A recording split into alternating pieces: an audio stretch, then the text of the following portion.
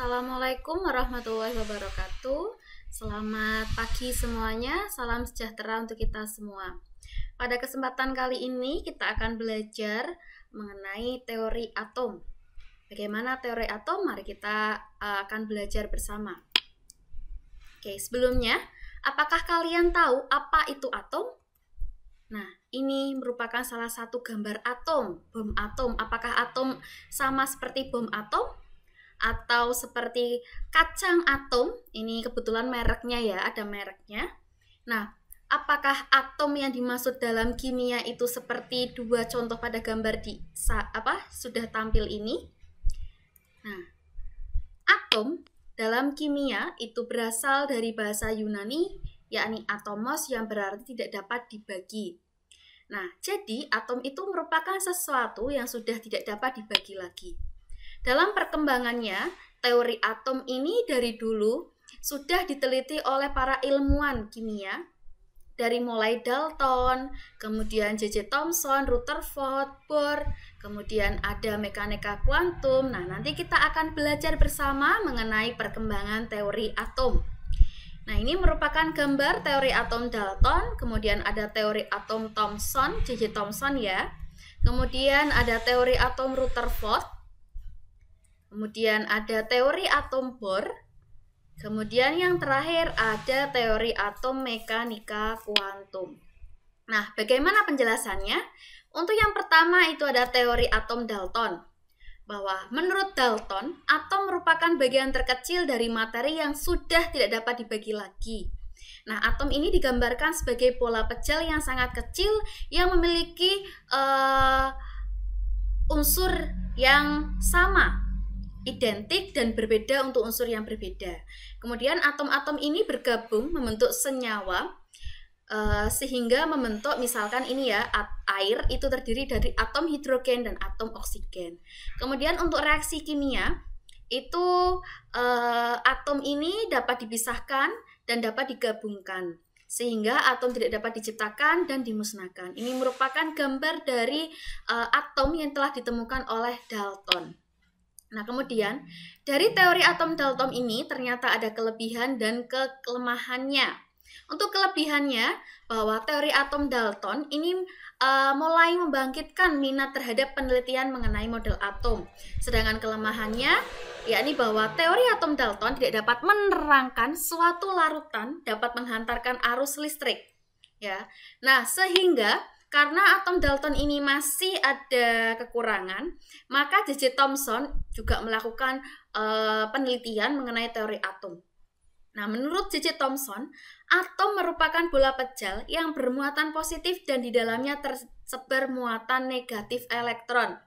Nah, biasanya untuk atom model J.J. Thomson ini disebut dengan roti kismis.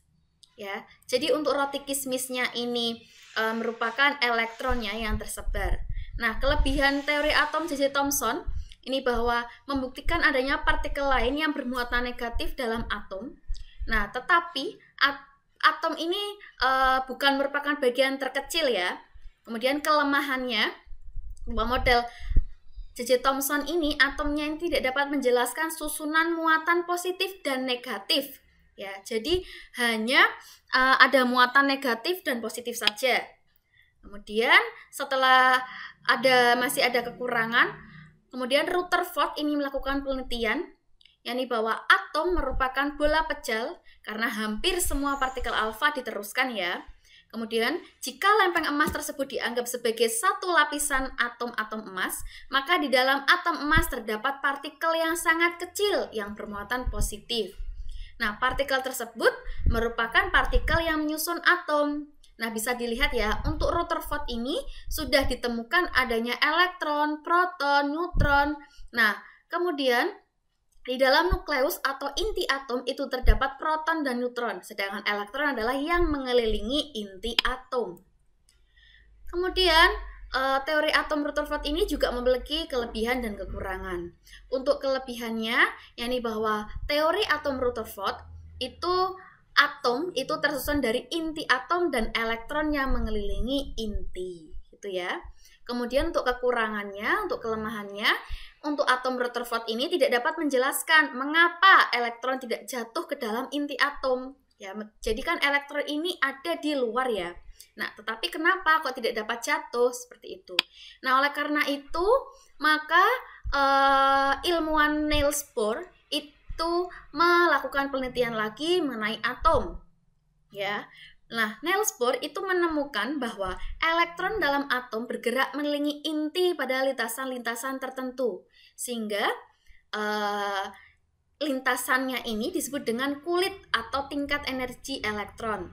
Nah, elektron dapat berpindah dari satu lintasan ke lintasan yang lain.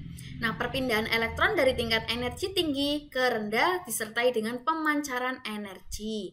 Kemudian, elektron yang bergerak pada lintasannya berada pada keadaan stasioner, yang artinya tidak memancarkan atau menyerap energi. Nah, ini adalah gambar dari atom yang ditemukan oleh Niels Bohr. Jadi untuk atom yang telah ditemukan oleh Niels Bohr ini sudah ada lintasannya ya, elektronnya. Jadi Niels Bohr ini melengkapi kelemahan dari Rutherford ya. Jadi kenapa sih elektron kok tidak bisa jatuh ke dalam inti? Karena dia mempunyai lintasan yang disebut dengan kulit atau tingkat energi elektron gitu ya. Nah, di inti itu juga ada neutron, proton gitu ya. Kemudian, tetapi meskipun sudah lebih sempurna daripada Rutherford, tetapi teori atom Niels Bohr ini juga memiliki kelebihan dan kelemahan. Untuk kelebihannya, bahwa atom Bohr ini terdiri dari beberapa kulit dan tempat berpindahnya elektron. Kemudian, untuk kelemahannya, model atom ini tidak dapat menjelaskan efek Zeeman dan efek Stark. Nah, apa itu efek Zeeman dan efek Stark? Nanti kita akan pelajari bersama. Selanjutnya, karena masih ada kekurangannya ya. Nah, ini telah disempurnakan oleh Erwin Schrödinger pada tahun 1926. Dia melakukan penelitian mengenai atom. Nah, yang dikenal dengan prinsip ketidakpastian, bahwa tidak mungkin dapat ditentukan kedudukan dan momentum suatu benda secara seksama pada saat bersamaan. Yang dapat ditentukan adalah kebolehjadian menemukan elektron pada jarak tertentu dari inti atom. Jadi teori atom mekanika kuantum ini menyempurnakan dari teori-teori atom sebelum-sebelumnya. Nah, teori atom ini mekanika kuantum ini yang ditemukan oleh Erwin ini telah dipakai ya, digunakan sampai saat ini, sampai berlaku sampai saat ini, karena model atom ini disebut model atom modern ya.